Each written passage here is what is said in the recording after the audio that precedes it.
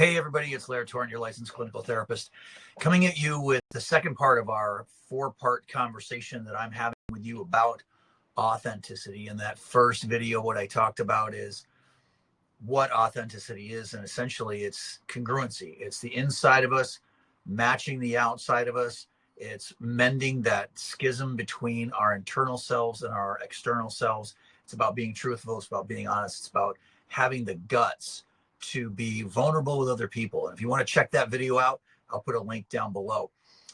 So today I'm talking about why.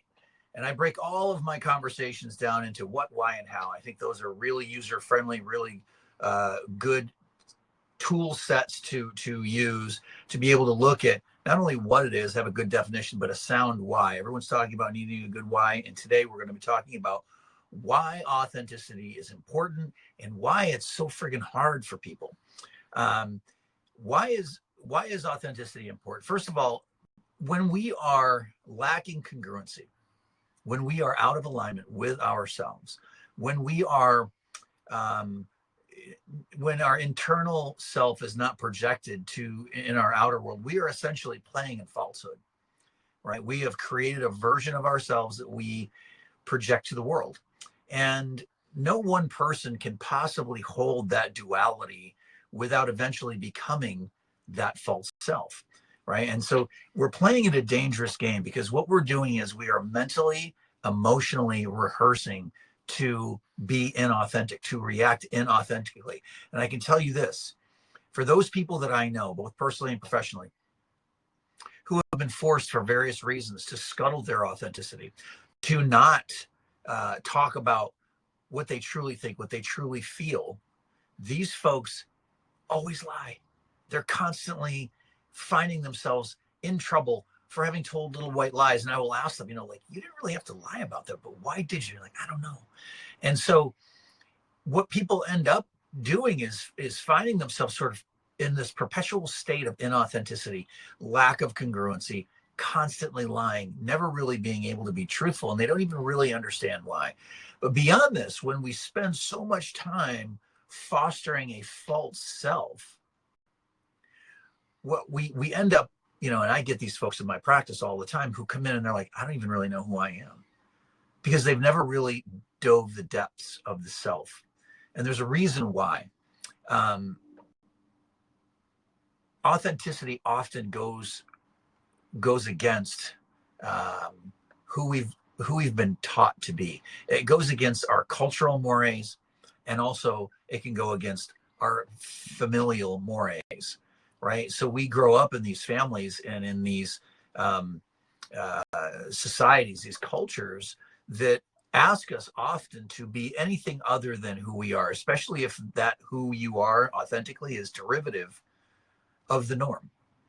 And so our parents and our cultures, our societies, people around us will ask us to be normative.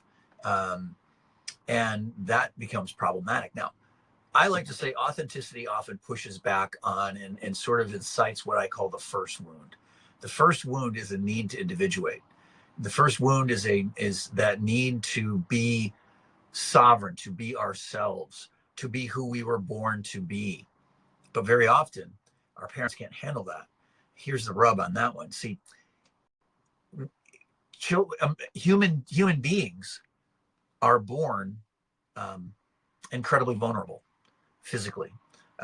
You look at a baby giraffe. I think when it gets running at a full gallop before the first hour of its birth, most animals in the wild, they have some version of that, where they're born and they're pretty much up and running and doing the things that they need to do to stay alive very, very early. We're not like that. Why do I bring that up?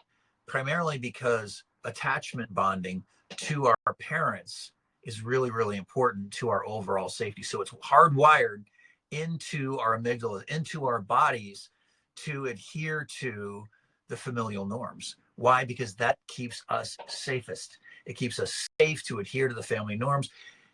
When we first started coming together as tribal communities, excommunication was certain death, right? There was safety in numbers. There was safety in the pack. There was safety in the clan. There was safety in the tribe. there's safety in the family. If we did something, if we were out of the norm enough to get excommunicated, again, certain death. We're not going to survive out there if we are different, if we display our differences. And so that fear is hardwired into who we are and how we move in the world. And so we have these two very opposing, very basic needs, right? The need for safety and the need to be who we are. And this is why authenticity is so difficult. This is why very often we'll do anything other than be our most authentic selves so that we can keep ourselves safe.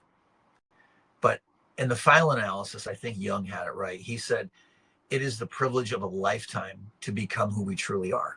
And so there's that pull, there's that need to individuate. And very often we'll see the, it's the old trope, I guess, of the cliched angry teenager. Well, it's because that teenager actually has to get angry enough and vilify the parent enough so that they can be more authentic, so that they can cut away from the pack and be themselves, only to circle back. Hopefully that's what, that old idea that when, I didn't know anything while my kid was in their teens, suddenly in their 20s, I know everything. Well, that's primarily why.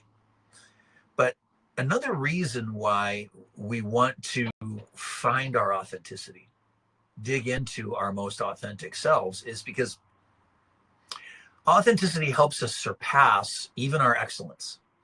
It helps us find our genius.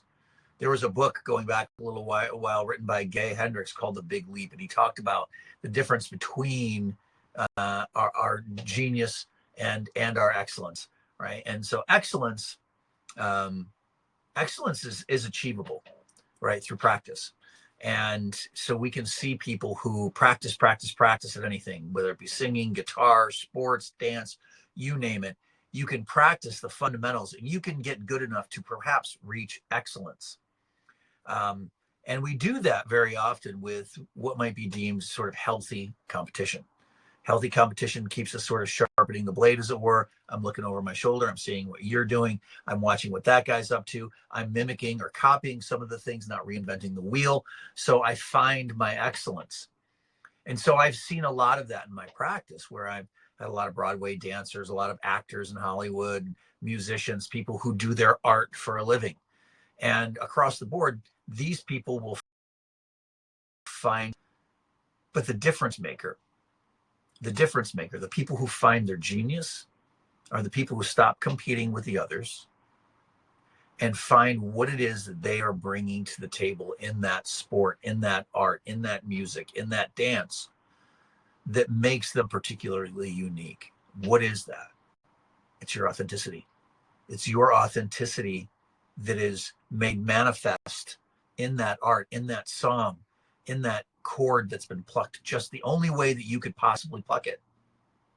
I started out as a therapist those many years ago, and I got a little scared when I thought about going out on my own and starting my own practice, because I was living in New York City where everyone has a therapist like they have a hat or shoes, right? Everyone's got one. How am I going to possibly compete in this particular arena? I took a breath and I sat back and I was like, you know what? I know I learned all the same therapeutic tools that every other therapist learned, but no one, and I mean no one, will apply them the way I do. I took my authenticity and I stamped it as my fingerprint on therapy, on the therapy model, and it's worked. It's become, I think, the reason why my practice has taken off. It's the reason why I was able to write a book very early on. It's the reason why I've had all the success that I've had, is that I've tapped into what makes me unique as a practitioner. But beyond all that, people will hear me say when I talk about authenticity that the main thing about authenticity is it helps us tap into our highest vibratory energy.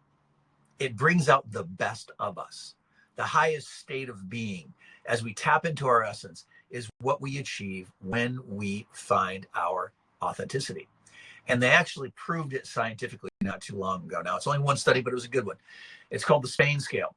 The Spain scale is a scale of positive and negative emotions. What they did is they took 25,000 people one by one, and put them in this chamber. It was a chamber that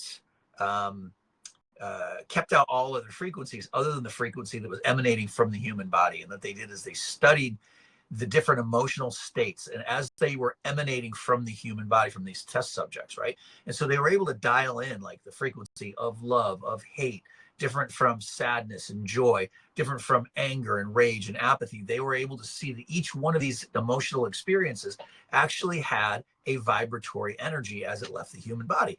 And with that, I also recognized it had a power. And so the natural question was, what is the most powerful energy as it's emanating from the human body?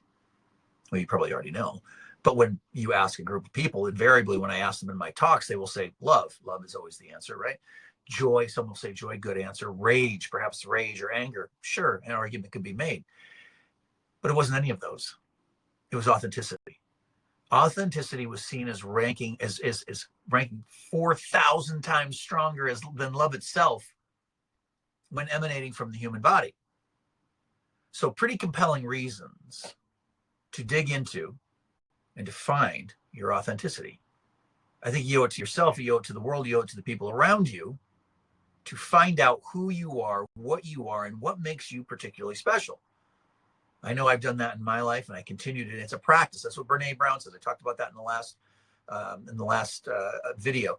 That it is a practice with all the people, all the places, all the things that you come in contact in your life. Who do you want to be? What is your most authentic version of yourself? And how can you make that manifest? How can you express that into the world?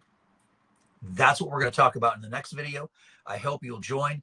Please like, subscribe, hit all the buttons. I hope to see you back here. There's going to be all kinds of crazy, fun psychotherapy mumbo jumbo. If that's up your alley, if you're a nerd like me in that space, definitely come back. Definitely be here. I hope to see you guys again.